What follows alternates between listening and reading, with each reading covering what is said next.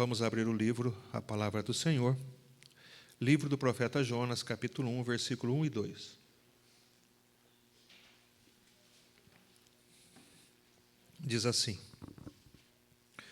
Veio a palavra do Senhor a Jonas, filho de Amitai, dizendo: Dispõe-te, vai à grande cidade de Nínive e clama contra ela, porque a sua malícia subiu até mim.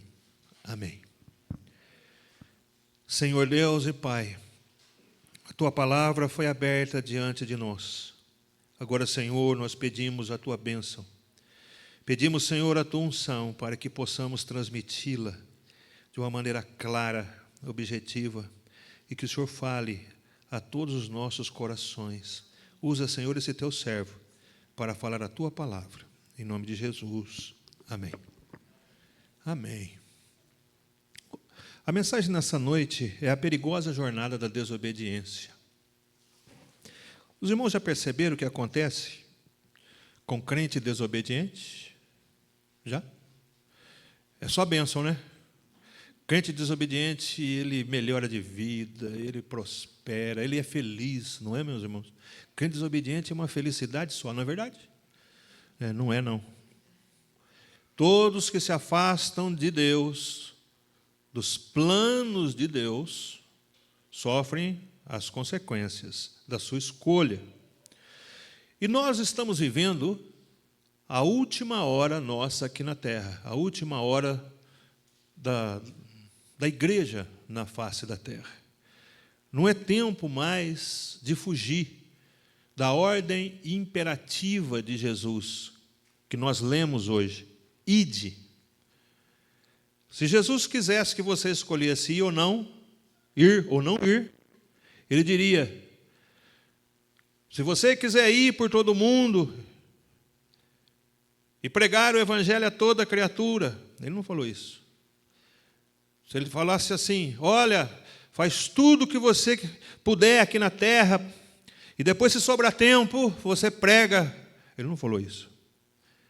E o verbo aqui é um verbo no imperativo, que é uma ordem. Ide, fica quieto e obedece, faz o que eu estou falando. Ide por todo mundo, pregai o evangelho a toda criatura. Não há tempo para preconceitos, porque nós vamos ver que Jonas é um profeta preconceituoso. Ele é nacionalista. E ele tem preconceito contra os ninivitas, os assírios. Ele olhava para os assírios com desprezo. Posso pregar para outros, para esse eu não prego. Não há espaço nessas últimas horas da nossa igreja aqui na terra para preconceitos. Não há tempo mais para boas intenções destituídas de amor. Vou fazer para me aparecer. Vou fazer porque está mandando, mas não porque eu amo. Não há tempo mais para dormir o sono da negligência, da apostasia. A igreja está indo para o funil. Nós estamos indo para a grande tribulação. Há muitas pessoas morrendo hoje, nesse momento, sem Cristo. E nós? O que é que estamos fazendo por eles? Não tem mais tempo, não podemos mais dormir. Nós precisamos urgentemente melhorar os nossos padrões, o nosso padrão de vida espiritual, os exercícios espirituais, sabe? A nossa oração tem que ser intensificada. A nossa vida com Deus tem que ser intensificada, a leitura da palavra tem que ser intensificada. Hoje pela manhã eu dei aula para os adolescentes e o tema era: como eu posso saber que a minha religião ela é verdadeira? E nós vimos que a religião verdadeira é baseada na palavra de Deus. Quando nós recebemos ela no coração, quando nós praticamos a palavra de Deus. Nós vimos isso. Ou seja, Não adianta nós proclamarmos que somos salvos enquanto um monte de pessoas estão indo diretamente para o inferno e nós não estamos fazendo nada. Veja, nós temos a região da Praia Azul. Eu não sei quem falou para mim hoje que dentro da região da Praia Azul tem 28 bairros. Quem foi que falou para mim? Ah lá, foi o irmão Hamilton. Aqui na região da Praia Azul tem 28 bairros. A última vez tinha mais ou menos 17 mil pessoas. Eu acho que hoje já está aí para os seus 20 mil pessoas na região da Praia Azul. É uma cidade. É uma cidade. E Deus colocou a Betel aqui, não foi somente para nos reunirmos.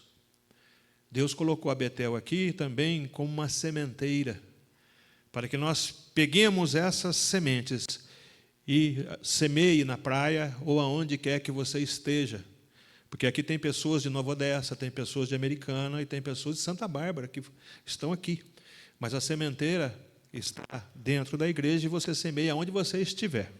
Ok? Jonas, ele é um profeta diferente dos demais. Os demais profetas, ele profetiza para o povo hebreu. Mas Jonas não. Jonas, ele profetiza, ele fala para os gentios. Aqui já tem uma evidência do cuidado de Deus para com os gentios. O cuidado de Deus para comigo e com você. Deus ama todas as pessoas, Deus não faz distinção de pessoas. Deus não faz acepção de pessoas. Jonas fazia. É possível que alguém faça. Eu não prego para macumbeiro. Eu não prego para gay, para homossexual. Eu não prego, enfim. Mas, da mesma maneira como Jonas foi repreendido por Deus, nós, se fizermos acepção de pessoas também, sofreremos os danos disso. Jonas, então, é o primeiro a pregar para os gentios contra a sua vontade. Talvez Jonas gostaria de pregar, como todos os outros profetas, para os hebreus, né? A palavra de Deus para o povo de Deus. Mas Deus fala para falar a palavra de Deus para os gentios, um povo que não conhece a palavra de Deus. E Jonas, ao contrário dos outros profetas que falaram aos hebreus e foram e colocaram o dedo em riste e falaram profecias duras, Jonas, ele quer fugir da sua responsabilidade. Se nós olharmos, por exemplo, para Isaías, Isaías tem um encontro com Deus. E começa a conversar mesmo. E aí ele fala, olha, eu sou um homem de lábios impuros. Eu habito no meio de um povo de lábios impuros. E um serafim pega uma brasa, queima os lábios dele. Ele fala assim, ai de mim que estou perecendo. Porque eu vi o Senhor. E aí a voz diz assim, quem há de ir por nós? Quem? E ele diz, Senhor, envia-me a mim. A mensagem é dura, vai ser difícil, mas envia a mim que eu falo. Mas Jonas não. Deus dá a palavra a Jonas, vai para Nínive e fale para eles que eles vão perecer. Se eles não se converterem. E Jonas fala, eu não vou não vou nada. Os ninivitas são um povo violento. O senhor já viu o que fizeram com a gente? Eles colocam gancho nos nossos lábios. Eles deixam a gente nu. Eles tomam nossos filhos como escravos. Não vou, não. Na verdade, ele tinha toda a razão. Porque Nínive foi fundada por Nimrod. Se você ler lá no Gênesis, você vai ver que Nínive foi fundada por Nimrod. E Nimrod foi o primeiro homem escravagista. É um homem violento. Nínive vem da deusa Istar. A palavra Nínive vem de Istar, que é a deusa do amor e da guerra. Ou seja, Nínive é uma cidade que exagera na violência e também na promiscuidade sexual. E Jonas está com medo. vou não. Eles não conheciam Yahvé, não conheciam Jeová. E Jonas, então, fala, tá, os outros profetas foram, mas eu não vou não. Eu quero mais é que eles se percam. Né? E eu sei que muitas vezes, para nós, eu sei disso, vem um sentimento no coração da gente que diz assim, no dia do juízo eu quero estar sentado ali, pertinho, que eu quero ver esse fulano dar conta diante de Deus. Vou dar um exemplo. Nós estamos num momento de esquerda e direita, que quando nós olhamos e falamos, não é possível que ele está fazendo isso de novo, eu nem vou orar mais para ele, porque a Bíblia fala para eu orar pelas autoridades, mas eu não vou nem orar mais, porque na verdade eu quero mesmo é que vá para o inferno e eu quero assistir o julgamento. Mas não é isso que Deus mostra na sua palavra. Todos os homens são amados de Deus, até os ninivitas violentos e imorais. Todos. Jonas, ele é um profeta descendente. Ele desce. Vamos ver aqui, no versículo 3. No versículo 3 aqui. Jonas se dispôs, mas para fugir da presença do Senhor para Tarsis. E tendo descido, olha aí, desceu, né?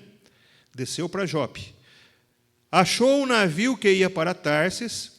Na versão revista e corrigida, está escrito assim, desceu para o navio. Então, ele desce para Jope, desce para o navio, paga a sua passagem, embarca e desce para o porão. No 5b aqui está escrito que ele estava no porão dormindo. Jope, navio, porão. Está fugindo de Deus e se afundando. Não quer obedecer a palavra de Deus, mas está descendo. Mas a Bíblia diz no Salmo 139, de onde eu fugirei da tua face? Salmo 139. E a resposta está ali. Se eu subir com as asas da alva, ou se eu descer no abismo do mar, o seu espírito estará lá. Não adianta Jonas descer. Não adianta. Que Deus estará lá. Deixa eu dizer uma coisa para você. Você queira ou você não queira, tem muita gente que gosta de pregar para hebreu. Tem gente que gosta de pregar no púlpito da igreja. O pastor, eu gosto de pregar, eu sou itinerante, eu gosto de pregar assim para as igrejas, mas você não foi chamado para pregar para hebreu, ou nesse caso para a igreja. Você foi chamado, e é uma ordem para você pregar para os gentios, para os pagãos, para os ímpios. Ah, mas lá eu não quero. Eu gosto de pregar no púlpito, assim, uma igreja bacana, tudo clarinho. Eu não gosto de pregar, é muito perigoso. É o que Jonas está fazendo. Ele está tentando fugir. Escuta, irmão, ninguém foge de Deus. Ninguém, absolutamente ninguém, foge do Espírito de Deus. Então, meus irmãos, ele faz tudo planejado, planejamento é garantia de meio sucesso. No entanto, ele está se preparando para se meter na maior enrascada da vida dele. A gente olha assim para frente, os campos estão verdejantes. Fala, ele entra no barco e fala, aqui ninguém me vê. Na última hora, nós devemos estar com o olho para cima. Na última hora da igreja na terra, nós devemos estar olhando para o céu e querendo subir, e não querendo descer. Não com o olho para baixo, tentando fazer coisas terrenas, buscando coisas terrenas, glórias terrenas. O nosso alvo precisa ser para cima, porque nós já estamos na última hora. E essa jornada perigosa da desobediência vai desembocar sempre em um problema sério para você e para aqueles que te rodeiam. Jonas é um profeta insensível. Olha aí no versículo 5c. Olha o que ele diz. 5c. Jonas, havia descido ao porão e se deitado e dormia profundamente. Jesus também dormiu durante uma tempestade. Mas Jesus dormiu porque ele tinha paz na alma. Jesus, ele dormiu o sono da paz, porque ele tinha o domínio sobre a natureza. A qualquer momento ele se levantaria Então ele estava dormindo tranquilão. Mas Jonas não está dormindo disso. Ele está dormindo o sono da insensibilidade. O sono inconsequente, anestésico da negligência, da apatia. Na palavra de hoje seria assim: estou nem aí. Estou nem aí, está balançando, gostoso até, ó, dá para dormir melhor. Está todo mundo lá no convés jogando coisas para fora, para poder o barco não afundar, e ele está dormindo. Ele é insensível, né? Que ironia, né? O único homem que podia orar para o único Deus está dormindo, enquanto as pessoas lá em cima estão orando para os deuses falsos deles, para que o barco não afunde e eles não morram. Quando o mundo não puder mais contar com a nossa oração, meus irmãos, a quem eles vão pedir? Na última hora daqui na terra da igreja é necessário que nós oremos pelo ímpio, pela salvação das almas que vão perecer. E aqui eu vou fazer uma pergunta para você, é para você pensar. Você ora todos os dias por uma pessoa não salva? Não precisa responder. É você com você mesmo. Ontem você orou pela salvação de alguma pessoa que não é crente? Hoje você orou pela salvação de alguma pessoa que não é crente? E você pode responder: orei, pastor, orei pelo meu pai, pelo meu filho, orei pela minha tia, pelo meu tio. Você orou pelo seu vizinho que não é salvo? Você orou pelo seu chefe que te oprime porque ele não é salvo? Você orou pelas pessoas que te rodeiam, muitas vezes ali fazendo exercício na academia, e que não tem Cristo? Você orou por ele? Porque a primeira coisa é a oração. A segunda coisa é a oportunidade que Deus vai dar para você falar com Ele. É necessário, então, termos compaixão pelas almas que vão perecer. E nós precisamos nos importar com ela. Jonas é um homem incoerente, sabe? Olha o versículo 8. Então lhe disseram: declara-nos agora, por causa de quem nos sobreveio este mal? Que ocupação é a tua? De onde vens? Qual é a tua terra? E de que povo és tu? E olha o que ele responde. E ele lhes respondeu: sou hebreu e temo ao Deus, o Deus do céu, que fez o mar e fez a terra. E aí vem aquela pergunta: se você teme a Deus, por que você é desobediente? Os marujos ali poderiam ter dito para ele assim: se o teu Deus é tão poderoso para fazer o céu e a terra, por que você desafia Ele? Nós estamos aqui no convés jogando fora as mercadorias que nós estamos transportando. Nós estamos rogando para os nossos deuses falsos, né? Porque o único Deus é Yahvé. E você que é servo de Yahvé aqui, conversa com ele, tem as manhas. Está dormindo e depois ainda fala que é servo dele. Se você é servo dele, por que você não teme a ele? E a pergunta para nós é: se eu sou servo de Deus, por que eu não obedeço a Deus?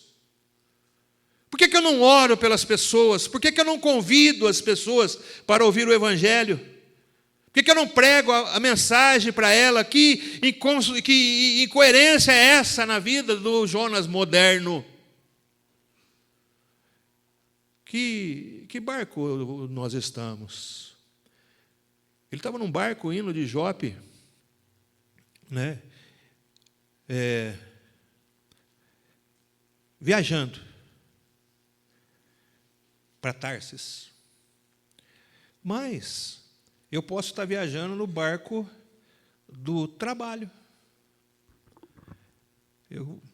Deus falou sim que eu preciso orar, sim, falou. Que eu preciso pregar, falou. Que eu preciso ser um exemplo, falou. Mas eu trabalho tanto, gente do céu. Eu peguei o barco do trabalho e eu estou lá no porão desse barco, trabalhando. E a sociedade, a igreja fala: não, trabalho realmente. Se trabalha, então, tá desculpado. E eu vou dizer para você: se o teu trabalho não te dá tempo de você ler a palavra de Deus, orar pela salvação das almas, ou falar com alguma pessoa, você está trabalhando demais. Eu entrei no barco dos meus estudos, eu me afundei nos meus estudos. Não quero pensar em outra coisa. Você está estudando demais. Está desobedecendo. Tá bom? Jonas, você é um profeta incrível, sabe? Primeiro você foge. Depois, você fala que teme a Deus, que fez os céus e a terra, e ainda assim, não teme a Ele. Que profeta incrível que você é. E pior, não tem vergonha de falar, né? Nem um pingo. A sua teologia, Jonas, ela é impecável.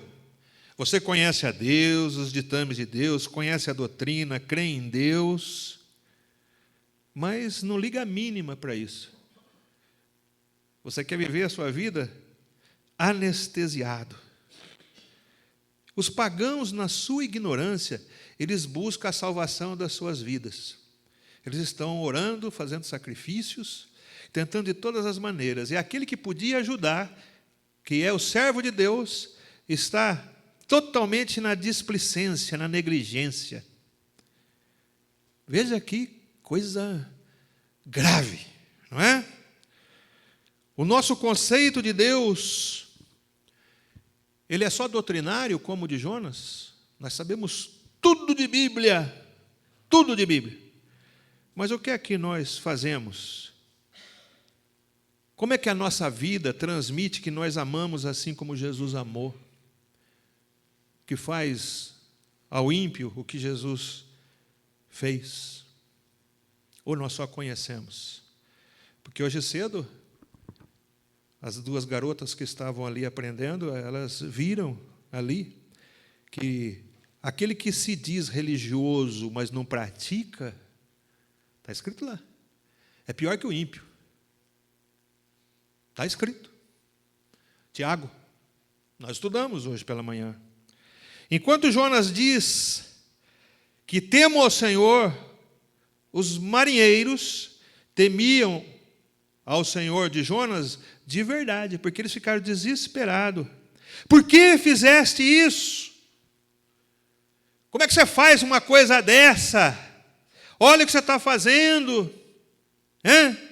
Olha aqui o versículo 10, quando ele fala que ele teme ao Senhor, que fez os céus e a terra e o mar. Então os homens ficaram possuídos de grande temor, e lhe disseram: que é isso que fizeste? Pois sabia os homens que fugia da presença do Senhor, e aqui do Senhor é Elohim, porque ele o havia declarado. Disseram-lhe: que te faremos para que o mar se acalme? Olha, se é por causa de você e o que o mar está desse jeito, o que a gente faz para você? Beija seus pés?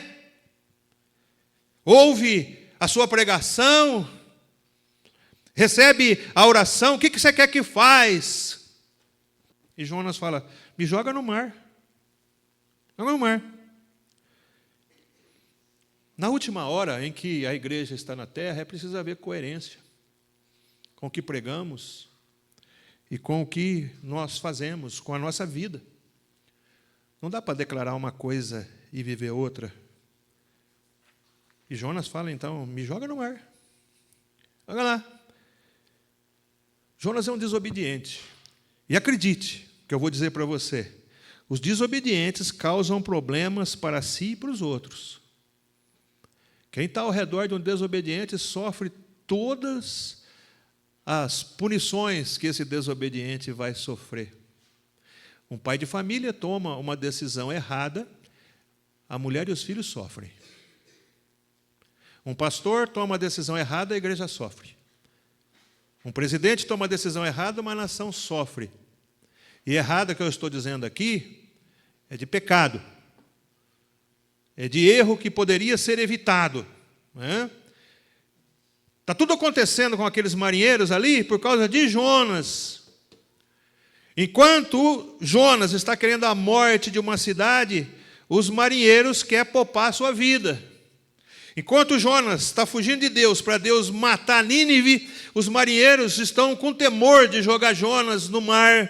Não, nós não vamos fazer isso não. Faz isso não.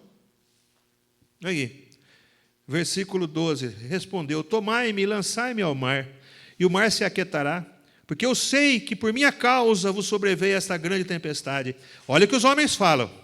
Entretanto, os homens remavam, esforçando-se por alcançar a terra, mas não podiam, porquanto o mar ia tornando cada vez mais tempestuoso contra ele. Então clamaram ao Senhor e disseram: ah, Senhor, rogamos-te que não pereçamos por causa da vida desse homem, e não façais cair sobre nós esse sangue, quanto a nós, inocente, porque tu, Senhor, Elohim, fizeste como te aprouve. Estão com medo. Estão sofrendo punição por causa de Jonas. Enquanto Jonas quer a punição de Nínive, aqueles que estão no barco querem poupar Jonas. Ele quer a morte de Nínive. E os marinheiros querem a vida de Jonas. Eles não querem matar Jonas. É decepcionante perceber, observar às vezes, que os padrões do mundo são mais elevados do que os nossos. É muito difícil. É ruim.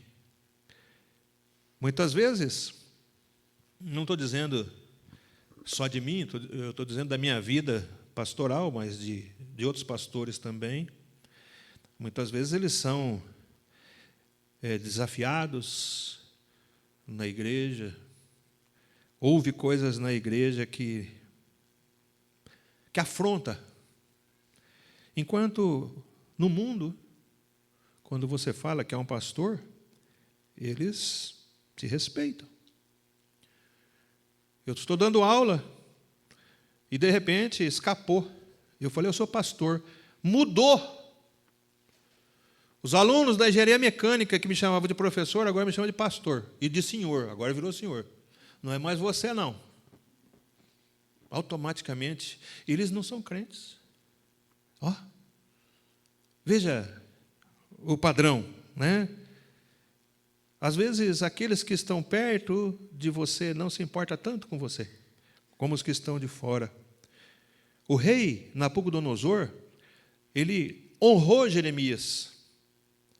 Deu para Jeremias um lugar bom para ele ficar.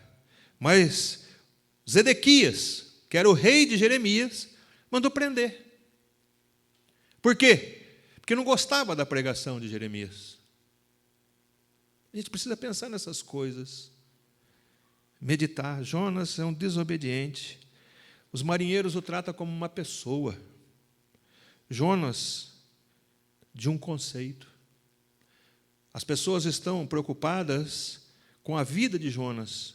E Jonas está preocupado com um conceito religioso a respeito dos ninivitas e dos assírios. E eu quero lembrar que a lei é maior que a graça. Quando nós olharmos, nós precisamos enxergar uma pessoa. Existe uma pessoa ali dentro. Eu estou passando aqui pela praia e vejo pessoas ali caídas. E pessoas passando ao longe, desviando. Eu sei que é difícil mesmo. Mas a gente precisa olhar para essas pessoas como gente que está indo para o inferno. Está ruim aqui, vai piorar. Está ruim aqui porque está jogado no vício da droga, da prostituição, está doente. Está com doenças venéreas, está com doenças por causa da droga, está com muitas doenças, mas são gente. E aí nós precisamos olhar para as pessoas como gente. Gente. Eu estava aqui na frente, passou um mendigo e falou: pastor, eu posso limpar aqui a calçada? Eu falei: pode. E eu cobro R$20. Eu falei: pode. Ele limpou a calçada, eu dei R$20 para ele. Alguém pode até falar: nossa, R$20 só para arrancar isso? Eu arrancava de graça. Não é isso. Não é disso que se trata. Se trata de olhar para ele e ter misericórdia. Jonas não tem misericórdia. A misericórdia é dos marinheiros. Eu quero dizer para você que Jesus, ele é maior do que as instituições. Para Jesus, pessoas valem mais do que instituições. A graça é maior que a lei. E a lei maior é o amor. O problema do navio não era de náutica, não era de direção náutica, o problema do navio era espiritual. Havia alguém ali dentro que estava estragando tudo. Jonas está fugindo de Deus, está pondo tudo a perder. E lá vão os marinheiros orar de novo, agora pelo Deus verdadeiro. Olha eles orando, Senhor, rogamos, a Senhor aqui é Elohim. Elohim, o Deus dele. Rogamos-te que não pereçamos por causa desse homem desobediente. E não faças cair sobre nós o sangue desse desobediente. Quanto a nós somos inocentes. Porque tu, Senhor, fizeste como te aprouve. Olha o que ele está falando. O Senhor é soberano, o Senhor faz do jeito que o Senhor quer. Mas esse desobediente aí, Senhor, está fazendo a gente sofrer. A gente não quer lançar ele no mar. Então, a desobediência de Jonas faz até o ímpio orar, né? É constrangedor, né? Ter que admitir que tinha mais virtude nos marinheiros do que em Jonas. Tinha mais virtude nos pagãos do que no profeta. É duro isso. E quando nós pensamos que Jesus se misturava mais com os mundanos do que com os separados, né? Os separados fariseus, nós começamos a ver que Jesus ele tinha uma ética diferente de Jonas, não é? Na última hora é necessário sermos mais autênticos do que bonzinhos, irmãos. Nós temos que ser mais obedientes à palavra de Deus. Com bonzinho, eu quero dizer o seguinte: muitas vezes nós, ao invés de pregarmos o evangelho puro e simples, a gente dá uma demão dourada no evangelho. Eu vou explicar melhor. Não adianta eu fazer obra social e não pregar o evangelho. Não adianta. Não adianta. Vamos fazer o seguinte, nós vamos trazer aqui para Betel o restaurante de R$ 1,99. Vamos colocar aqui. Todo mundo vem aqui, os ímpios vêm comer por R$ 1,99, nós temos um gasto tremendo, nós temos um trabalho tremendo, e aí você vai falar do evangelho para eles, e eles não querem. E aí a gente convida eles para vir à igreja, e eles não querem. E aí passa um ano, você pergunta, quantas pessoas se salvaram com essa obra que vocês estão fazendo? Nenhuma. Ok. Nós estamos enchendo o céu de pessoas gordinhas e que vão... Estamos enchendo o inferno com pessoas gordinhas que não querem a Jesus. Portanto, eu quero dizer uma coisa. Antes, a salvação. Salvação é mais importante do que a ação social. A ação social é importante e nós devemos fazer, mas nós devemos também prestar atenção nisso. Eu já preguei o evangelho? Eu já falei de Jesus, eu já alimentei sua alma, agora eu vou alimentar o seu corpo. Mas fazer o contrário disso nos deixa somente bonzinhos, mas não autênticos. A gente precisa ver as motivações. Nós não podemos ter motivação política, nós não podemos, para fazer a obra de Deus, não podemos fazer isso não. Versículo 17. Jonas, salvo pela tribulação. Deparou o Senhor um grande peixe para que tragasse Jonas, e esteve Jonas 3 dias e 3 noites no ventre do peixe.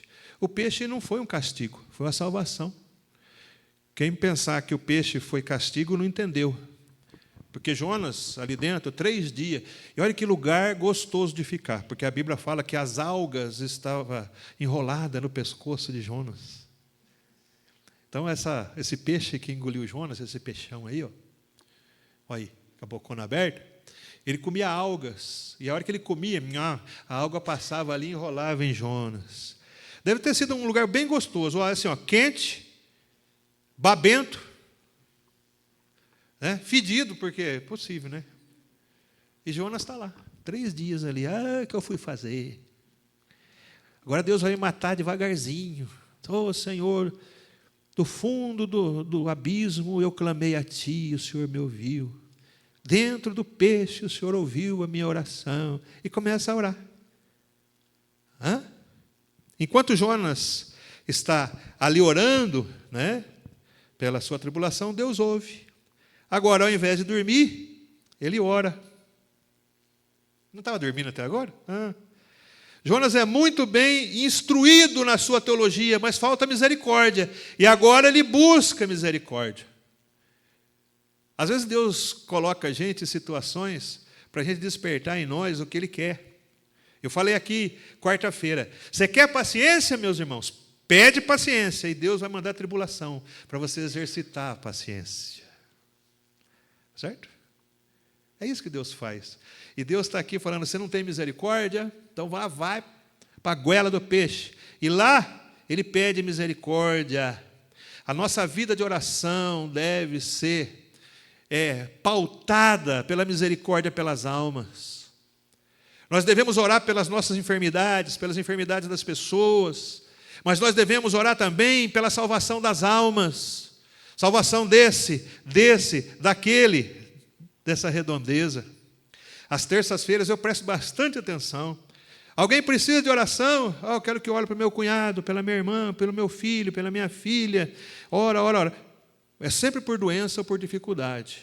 Eu quero que a igreja ore pela salvação das almas. De vez em quando acontece. Eu quero que a igreja ore para que nós possamos ter estratégias para ganhar esse bairro para Jesus. Eu quero que a igreja ore por um avivamento espiritual, para que a palavra entre no nosso coração e pegue fogo na nossa alma. Essas orações eu não vejo muito pedir. É o caso aqui. É o caso. Agora ele está aprendendo a pedir misericórdia.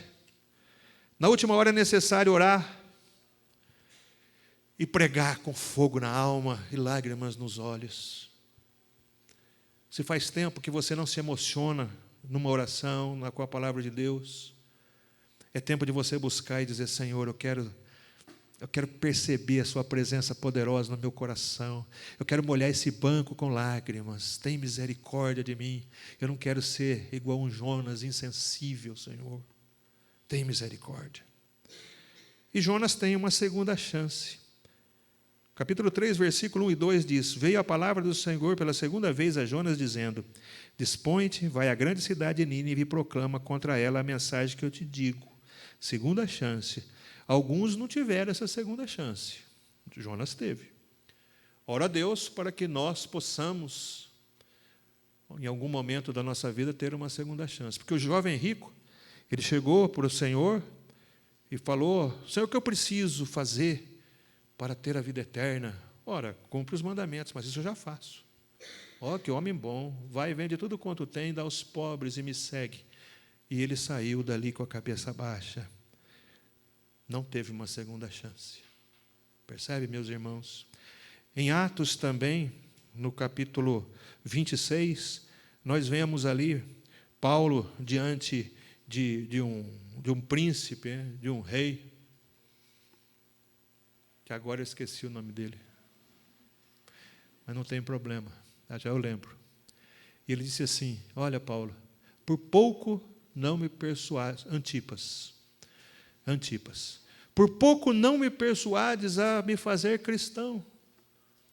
E despediu Paulo. E não teve uma segunda chance. Mas Jonas teve. Ele teve uma segunda chance. Quantos problemas poderiam ser evitados se o profeta tivesse sido obediente desde a primeira vez? Porque nós, muitas vezes, muito de nós, precisamos apanhar primeiro antes de obedecer. Essa é uma mensagem, a perigosa jornada dos desobedientes. Essa é uma mensagem para lembrar você que hoje, a partir de hoje, você vai orar por uma pessoa, 2, 3, pela sua salvação. Você, além de orar por ela, você vai convidá-la para ouvir a palavra de Deus, você vai trazê-la para a igreja, porque as pessoas estão indo para o inferno e nós estamos gozando da graça de Deus, como se só houvesse hoje, não houvesse amanhã, mas amanhã nós prestaremos contas a Deus. A Bíblia diz isso. Nós compareceremos diante do tribunal de Cristo e Ele vai ver as nossas obras, se foram boas ou se foram más. Na última hora, nós não podemos contar com uma segunda chance. Pode ser que não dê tempo. É a última hora. E Jonas obedece. Jonas prega o sermão mais curto e mais duro que se tem notícia. Olha o versículo 3. Levantou-se, pois, Jonas e foi a Nínive, segundo a palavra do Senhor. Ora, Nínive era uma cidade muito importante diante de Deus, e de 3 dias para percorrê-la. Começou Jonas a percorrer a cidade caminho de 1 dia, e pregava e dizia: ainda há 40 dias e Nínive será subvertida. Então vamos entender o que está escrito aqui. Para você andar normal, você atravessaria Nínive em 3 dias. Mas quanto tempo Jonas pregou?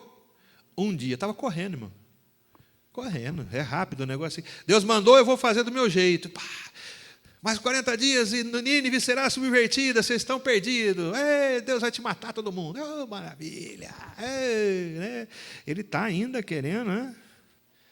Está querendo, né? Ou não é? Era uma mensagem desanimadora, não é? Olha aí, 4b.